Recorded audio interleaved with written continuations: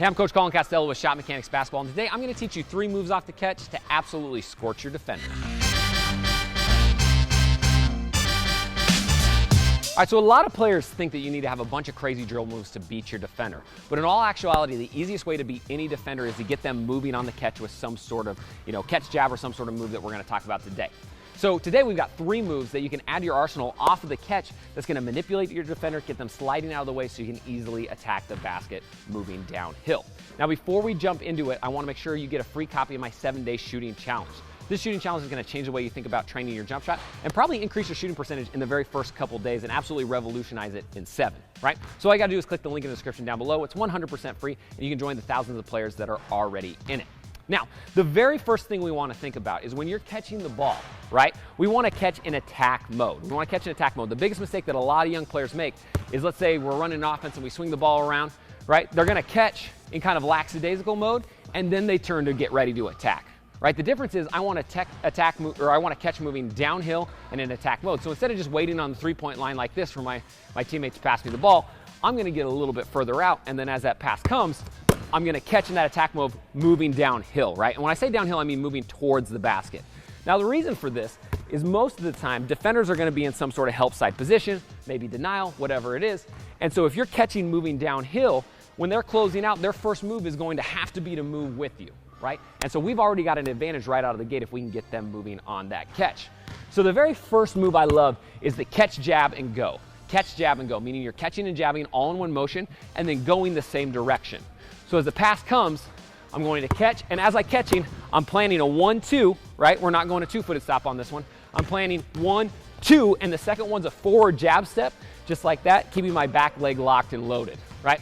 So what this does is as I 1, 2, and jab, my defender's gonna slide, and then all I gotta do is shift my weight back to my back foot. They're gonna try to close the gap because I got them moving so hard, and then I can explode off that back foot, go to the rack, get a layup, or play how they D me up, right?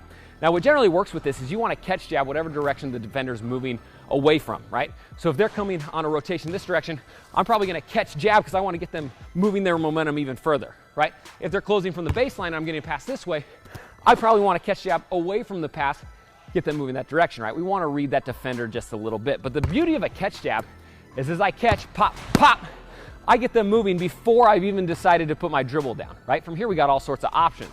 I can do that jab, go, I can pull up, got a bunch of them. So the key is you want to catch moving downhill, ready to receive the basketball as soon as it comes. So the next move we've got is a jab, catch, cross. Now this is probably my all-time favorite move to get up open jumpers or step back jumpers, especially on long or athletic defenders.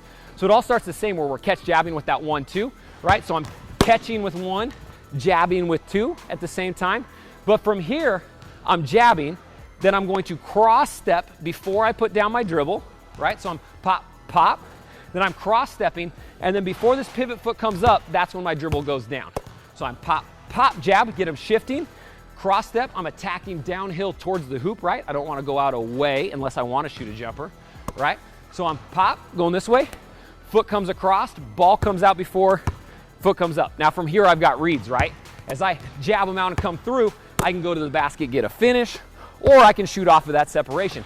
If I get him moving, and then when I go here, he tries to slide and cut me off, that's when I can step back, get my open jumper, open separation, right? The key is I want to move him one direction on the catch as quick as I can. So I'm pop, get him sliding, and then come back the opposite direction for that big time separation, open looking shot. All right, so the next one we've got is a variation off of the jab catch, and we're going to call this the pump catch. So instead of catching in that 1-2 jab moving downhill, we're still going to move downhill when we receive the pass, but instead of a jab, we're immediately going to go into a pump catch, right? So I'm catching and pump faking all in one motion. As the ball's coming through, I'm pump faking, raising my hips just a little bit, but more so raising the ball. I want to keep my hips fairly loaded here so then I can explode out of it.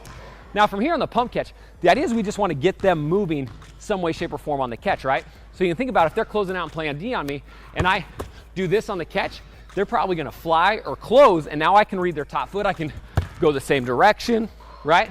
I can pump, drive them off and step back to get that space. The whole idea is I just want to get them out of position on the very first catch, and that pump catch is a great way to do it. Now, the secret to a great pump catch is to sell it with your eyes, right? If I come through and my eyes are just like this, like that's probably not selling it, right? But if I get big eyes and I look up on my target, So as it comes through, if I get big eyes and go like this, they're gonna really think I'm shooting and they're gonna try to get a hand up. They might even leave their feet, right? So a lot of times I can get them to leave their feet. I can go by, pull up jumper, get to the rack, whatever we need to do, right? Keep selling the eyes, keeping the hips loaded, and making sure that we're moving with the ball in the pump catch, not as much of our hips, getting ready to explode out of it. If you can do that, you manipulate them big time as soon as you catch the ball. All right, if this video helped you out, you're gonna wanna hit that like button and then head to the comment section down below and let me know what sort of video you wanna see next.